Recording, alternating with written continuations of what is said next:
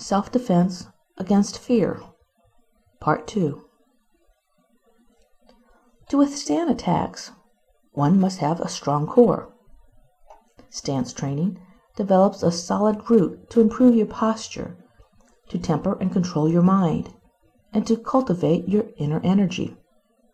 If any of these qualities are not fully developed in your training, then your skill will never reach its full potential.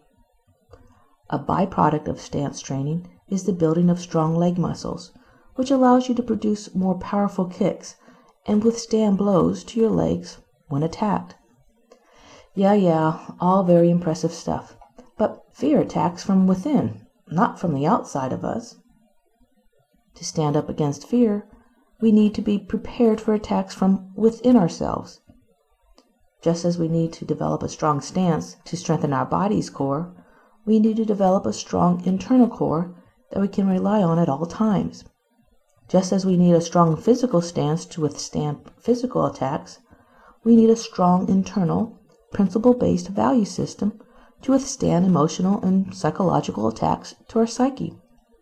Once we develop this strong core within ourselves, we will be able to weather storms of unseen circumstances and negative emotions that infect our lives.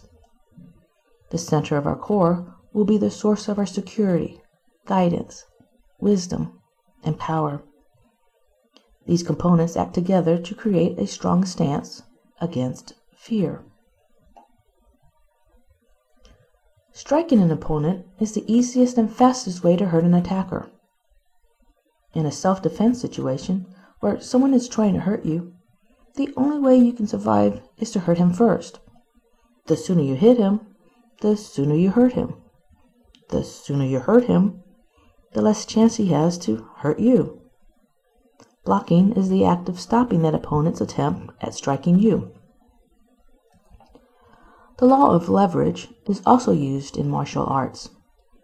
In self-defense, the most important place where leverage is used by the body is in striking and blocking. The average untrained person would lean in with the upper body and throw a punch with the elbow out.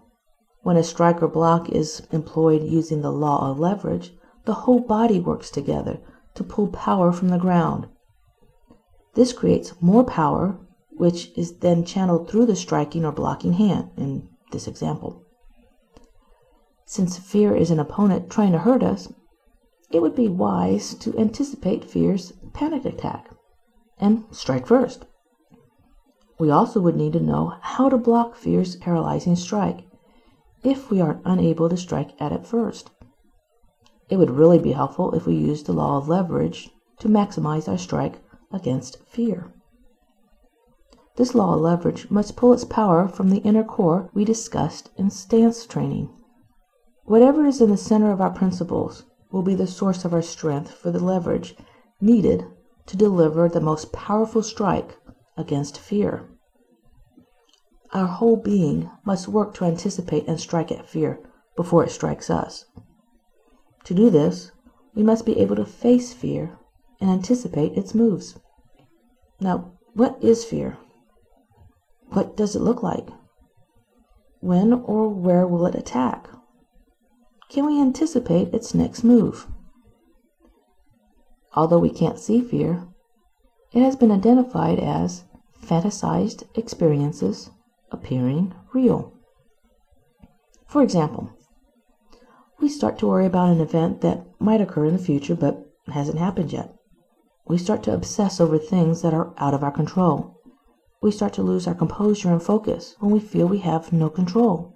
Our confidence dwindles to nothing as we stare into the paralyzing eyes of the unknown. To strike and block these fears before they can immobilize us, we need to live in the moment and not imagine what might happen or might not happen in the future. We need to focus on the things we have control over, not on the things that are out of our control. We need to place our energies in the areas that are within our influence, not those that fall out of our circle of influence. We need to intentionally focus on developing a proactive nature to prevent us from reacting to fear's tricks and illusions. The difference between being proactive and reactive is the difference between taking the initiative to act versus being acted upon. It's the difference between taking responsibility for creating your opportunities and relinquishing control of your life over to another person, allowing that person to dictate what happens to you. Takedowns refer to the act that involves off-balancing an opponent and bringing him to the ground.